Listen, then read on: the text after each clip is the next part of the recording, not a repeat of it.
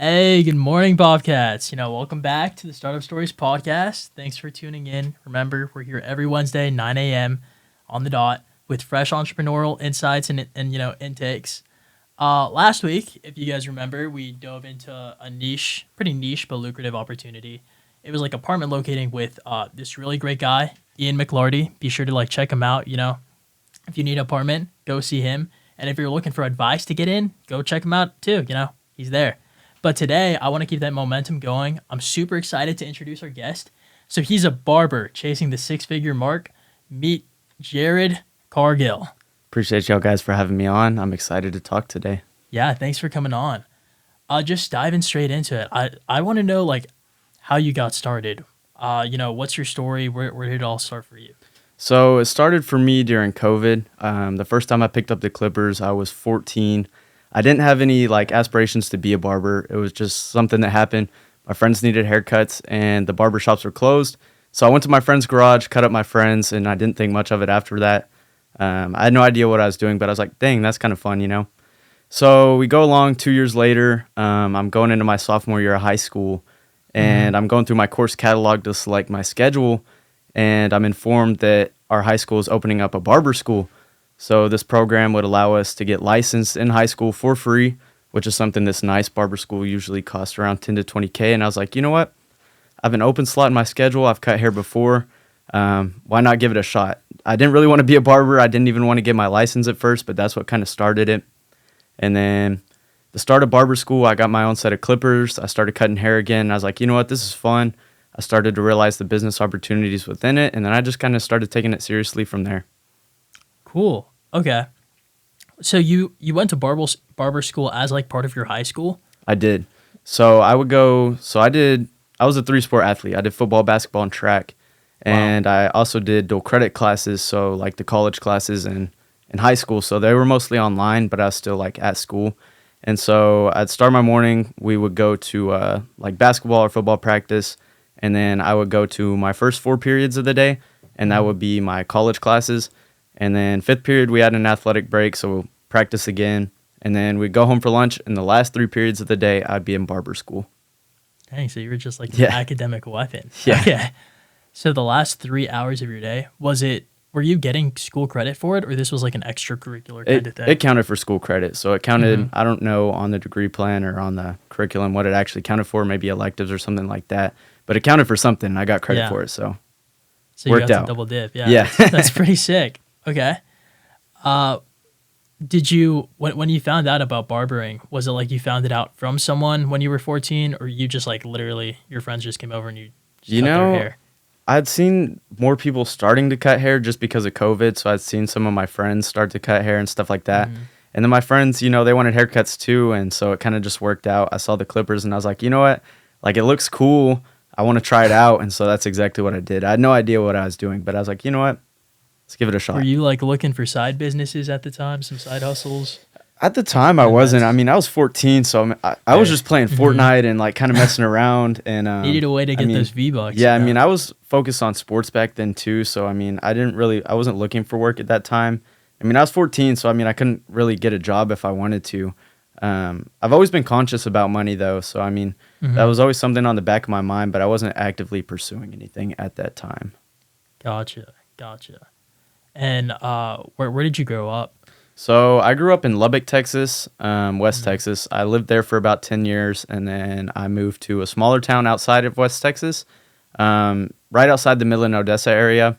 I mean, there's not much out there. It's just oil field and nothing. But I went middle school through high school in a small town called Andrews, Texas. Was there a lot of competition out there? I would say there's not much competition out there in the barbering world. I mean, there's a few great guys from my hometown. One of them that really inspired me, his name's Kid Cut It. But I mean, he kind of started in high school as well, and he's kind of built up to the 6-figure mark, and he's done some great things as well. But I mean, there really wasn't much competition at all in barbering. There's probably 3 or 4 barbershops in town, and it was mostly just, old people doing, old men haircuts. So when they opened the barber school, that brought in a new pool of competition, but we all kind of learned and grew together. So. Gotcha. And when did you figure out that, wow, you could actually do this as a full-time thing? This is a career path. Okay, so I figured out full-time that I could do this as a career path probably towards the end of my senior year. I mean, that was always the goal, was to be full-time barber, try to scale to 6 figures and make, real man money, doing it. But my sophomore year of high school, my junior year of high school, I was just kind of starting with the barbering stuff. I was still like learning how to cut hair. I was still learning the business side of it. And I also worked a couple other jobs. I worked at a grocery store for my first job. So in the summer, I would go work at the grocery store, go do my stuff with athletics, go work out and stuff like that. And then I'd go home and cut hair on the side. I was doing like $10 cuts at the time. Yeah. Okay. Yeah. I mean, you're not supposed to charge, but at some point it starts taking over your time. And, I was learning, I was getting decent at it. So I started charging $10. Fast forward a year later, I go into my junior year. I'm working a job. This is all after barber school, right? Yeah, this is all after barber school. So you like finished barber school your sophomore year of high school? I finished barber school my senior year of high school. So I was still in barber school, but okay. Gotcha. Like all the haircuts and stuff happened after the class and stuff. This was like a 3-year-long thing. It was a 3-year-long thing. Dang, yeah. Okay. Just because we're only allowed to clock like 3 hours a day for the 3 periods we're there, kind of lengthens your time in barber school, but it was still cool. But fast forward to my junior year, I'm working in the oil field. What, you worked in an oil field? Working in the oil field. I was cleaning off tools that get sent out to the rigs and like greasing them up at a shop. And then Was that good money or? It's all right. You would think it's really good money, but it's kind of hard when you're younger because they don't let you like go out in the fields. So I had to stay at the shop. So you don't get as much like overtime or as much pay. But it was still good. It was like the first time I actually got like a real paycheck. Like the grocery store was all right, but I mean that's a like $200-$300 paycheck every 2 weeks, and so it's not great at all. I mean, you were also in school, right? So just working part-time. Yeah, for sure. So after that job, I'd go home and cut hair and learn and grind. And that's when the business started to grow. That's when I started to get into social media, was at, going into my senior year. I was like, you know what? I feel like this could take over if I start focusing on it. And that's when I started all the social media and started really building the barbering business. Do you like attack a certain demographic or like age group? I would say a lot of my content is like, when I look at the insights, a lot of my like demographics and stuff like that are like the age range is from 16 to like 25. Has it always been that, or has it like? It's always been that. Yeah, it's pretty much been like people our age, college age, high school age. And I think that's just because a lot of my like content has been like day in the life stuff. And like, so people are like our age are more interested in that than like somebody who's like 40 or 50 and, has kids and, mortgage to worry about. But, I feel like a lot of my marketing now, especially on the Facebook side of things, I've been trying to target the older people. So like the age range of 30 to 50, because I mean, those are the people who have money. They have money, they have kids, they have jobs. So I mean, they tip. Yeah. I mean, it's nice having college kids and all, but I mean, a tip is rare, and that's like understandable. We're broke college kids, so right, yeah. That's kind of how that's worked out for me.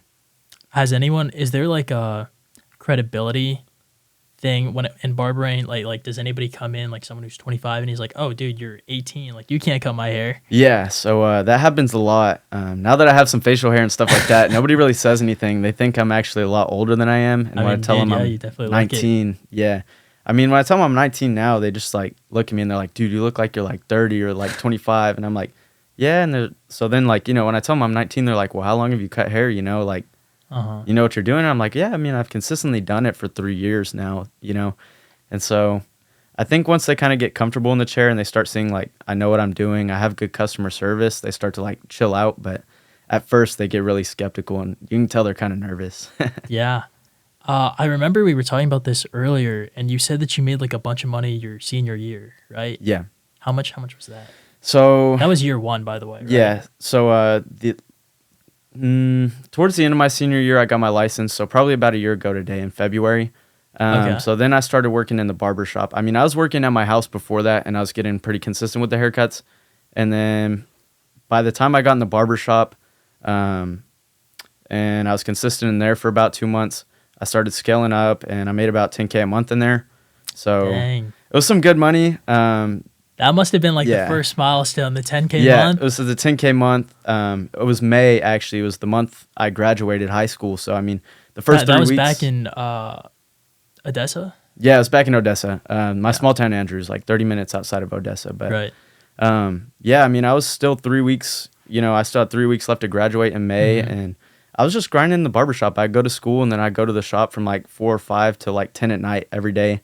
and then I'd work Saturdays from like 6 in the morning till 3, and I was just Dang. grinding. And Who's by that booking time, something at 6 in the morning? you would be surprised, man. The oil field people, they got to get in, get out, and go to work. So, I mean, that's kind of how it worked over there, and I enjoyed the grind. And then, at the end of the May month, I run up the books and look at the numbers, and it's like 10.5K, and I'm like, oh, okay, wow.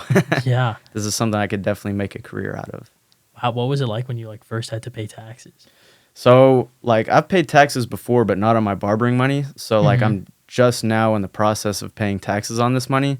And it's overwhelming, but I have all my receipts and, like, my books kept well. So, I mean, it'll be fine. But the tax It's like bill's going to hit, dude. Process. Yeah. Tax bill's going to hit. And then for next year, I actually am with a full-time CPA now. It's a company called Pi Accounting, and they focus on, like, small entrepreneurship stuff, self-employed individuals and stuff like that. And So you're outsourcing it? Yeah. It'll save me a lot more time. So. Yeah, that's fair. Closer are you to the 6-figure mark now? So from last year's numbers, I was about 10K away from 6 figures in revenue from the business, which, I mean, for somebody as young as me, that's incredible. That's incredible. Yeah. And I mean, one thing about like making money at our age and stuff like that is a lot of people go out and blow it, but I try to invest everything and save as much as I can. And I try to live like I'm a broke college kid, I don't go out and spend money and like flex, or like I don't need to go pick up a car payment or anything like that, because I'm trying to build generational wealth, and I'm trying to one day get out of being a barber, Right. So, I mean, are you trying to do that through? Are you trying to do that through investments, like just save money? Yeah, I'm trying to do that. Income? Yeah, for sure. Definitely saving money. So I invest. I do stocks, crypto, and I also have like a high yield savings, and so I kind of funnel the money in between all those accounts. So you actually diversify. Yeah, I diversify. That's a rare thing for people our age. I diversify, and then I also want to get into, I want to own my own businesses someday. So I want to own my own barbershops. I want to diversify and, own other small businesses, or, get into product sales for hair products and stuff like that, kind of see where the business endeavors take me, for sure. Cool. Were there any like major financial obstacles that got in the way when you were first starting out? For sure. So like, for those of y'all that don't know, I mean, clippers, like a good set of clippers, the clipper alone is $200. If you get the trimmer with it, really? Which like cleans up the neck hair, shaves it down to the skin, that's another $200. So you're about $400 for just the basics. Everything else is pretty expensive in barbering too. So, I mean, that was definitely an obstacle. My parents helped me out at first. They bought me my first set of clippers, and they kind of told me, like, you're taking it serious, you're consistent with it, so we're going to make this investment in you. And I took those clippers, man. I worked, I put the work in, made some money off of them. And, yeah. And then, I mean, I've just scaled up from there. But at first, becoming a barber, if you don't have the funds, it really is like the financial side is an obstacle for sure. Would you recommend doing or going to a high school that offers a barber trade school if that's the career path you're looking for? Or is... Honestly, if that's the career path you're looking for, and I know like in the barbering game, a lot of younger people are starting to do it and think they want to do it. If there's a high school in your area that's available that has it, I know there's only a few in the state of Texas that offer it. I definitely would say if that's something you're dedicated to and you want to dedicate your life to, go do it. Because, I mean, you're getting it for free through most of these high school programs or at a discounted price. And it'll set you ahead. I mean, most people are going into barber school and they're 19 or 20, my age right now. And they're going to take a whole year getting that license and then a whole nother like year and a half to 2 years of building their business. So if you get in high school, you're already like 2 to 3 years ahead of everybody else. So I definitely recommend it for sure. Are there any like cheaper options, or is barber school always just going to run you 10 to 20K? I mean, there's definitely probably some cheaper options, but I mean, the quality of school, I mean, it's kind of like college, like you could go to a cheaper school, like a community college and stuff like that. And it's not that the, education is any less, but the experience might be less. You might feel less prepared. What about the name? Like, does the barber school name really matter, or? Honestly, no. A lot of barber schools are owned by like local, like barbers in the town. There's a couple big name barber schools. So, I mean, there's one in San Antonio. It's called Faded Culture. And they're a big name just because they have social media. So, I mean, they have millions of followers on YouTube, Instagram, and like TikTok and stuff like that. But I would say, I mean, it's more about the education instead of the name for sure. Okay. And when you like originally built your business up in your client pool over in Odessa, when you moved here and you had to restart, How did you like go about that? Were you like distraught? Were you like, oh dang, like I gotta start from zero? So, that was a big thing. I mean, I was going from making 10K a month to literally zero. And, And you're a paying lot for of, school. oh yeah. I mean, it's a big risk and a lot of people wouldn't be willing to take it on. But what I always told myself, I came from a town of 13,000 people and I knew that I was moving to a town, we have 40,000 people that go to Texas State, not specifically Yeah. 40,000 on campus, but I mean, there's a lot of people right here on campus. I mean, there's probably close to 100,000 people that live here and like in San Marcos. And I told myself, if I can do it in the town with 13,000 people, I can definitely go do it in the town with 100,000. And I already had my social media built up, so I knew that would help. But I mean, at the end of the day, it was a grind. I mean, my first month to month and a half here, I was offering free haircuts to everybody that I could. I would post it on the Snapchat story that would get anywhere from like 1 to 5,000 views. And I would just, tell people like, give me a shot. I'll give you your first haircut free, no pressure, and that's kind of how I built up my services here. I mean, giving out those first free haircuts and like building a word of mouth worthy service. It kind of spreads from there. And then once I started taking over the algorithm on Instagram and TikTok, I started pulling in like a lot of clientele from there. So now I have guys that drive from San Antonio and Austin, Really? Wimberley, all these different places just because they see it on TikTok or Instagram and they need a reliable barber. So, Dude, that's great. And how important do you think customer service and customer relationship is? customer services and like customer relationships, I mean, that's everything. I mean, especially like barbering is a service-based industry. So, I mean, a lot of people think that it's all about getting like the best haircut in the world. But I mean, if it was about getting the best haircut in the world, no offense, but like Sports Clips and Great Clips wouldn't be open. The reason people go there is because they usually get a reliable service. They get a great conversation. They get a great, service. Their barber's on time. And I feel like that's everything. I feel like if you can't show up consistently, if you can't make your client feel at home, you're not gonna retain clients, which is ultimately like what you want to do. And that expands everywhere. I mean, that's in any business, products business, everything. So I feel like it's, the most important thing about barbering for sure. Is there any pressure when you have to start a conversation with someone new? I mean, yeah, for sure. Especially once I got down here. I mean, I had nothing to talk about. I had no idea anything about this area. I came from 6 hours away. So, I mean, that was a little bit of pressure, especially when you don't know how like the client is yet. You don't know what they're interested in. You don't know their personality. But honestly, I'm just outgoing. So, I mean, I try to make them feel at home. And once you make them feel at home, they start to open up. And once your client starts to open up, you can kind of reciprocate the same energy and kind of go from there. Gotcha. And for your struggles, have you ever like felt like giving up or lost motivation? And if so, what's like kept you going? Honestly, for sure. I mean, you lose motivation over time. I feel like motivation is just like something inside of you right now, but eventually it goes away. But I mean, I've always wanted to reach long-term success in the business world and, for my family in the future and stuff like that. And I feel like that's honestly what's kept me going. I mean, obviously I have short bursts of motivation, but there's some days where I'm like, you know what?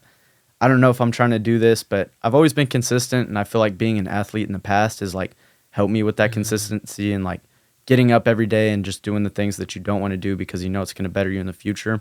I feel like that's been a big part of the journey for sure. Do you think it's kind of like a mindset thing? It definitely is a mindset thing. So for me, I mean, to keep myself mentally prepared for work, school, and like other things in life, I mean, it really is like about my faith. I feel like my faith has had a big part in that. Keeping my body healthy, so filling my body with the right things, going to the gym, making sure I'm like fulfilling myself with the right content, the stuff I'm watching on TikTok, Instagram, and YouTube. I feel like it all plays into the business world for sure. Gotcha. And, being an entrepreneur yourself, how do you define success as an entrepreneur? To me, success as an entrepreneur, I mean, some people see it financially. Some people see it as like the things you have in life.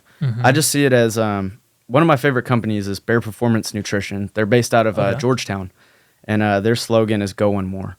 And I feel like as an entrepreneur, success is defined as going one more, which is pushing yourself past the limits, always striving to be better, and whatever that may be. I mean, that may be financially, that may be in your family life, that may be anywhere. But I feel like, as a whole, as an entrepreneur, going one more is what defines success.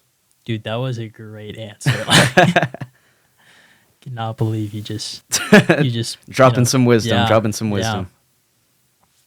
And how has barbering like changed your life on a personal level? Honestly, on a personal level, it's helped me to bring myself out there. I mean, I've always been kind of like an extrovert. I've always been able to talk to people, but not in the way that I am now. Like, I could go up to anybody. I mean, I'm in a leadership organization and I get to see K-Damp. I could go up to K-Damp, the president of the university, and shake his hand, look him in the eye, and have like a real conversation with him. And I feel like that's something that barbering is like, brought to me. It's brought me, how do you read people? How do you start conversations with people? How do you make connections with people and not be like scared, I feel like that's a big thing in the business world as well, is just building connections. And so, I'm blessed to have the journey that I have with barbering, and I feel like that's contributed a lot to my life. Yeah. I mean, if you were finding so much success, what made you come out here for college? Honestly, I mean, I was making good money at home, more money than what most people do. And you would think that, oh, that's a dumb decision to go to college. But for me, I was like, you know what?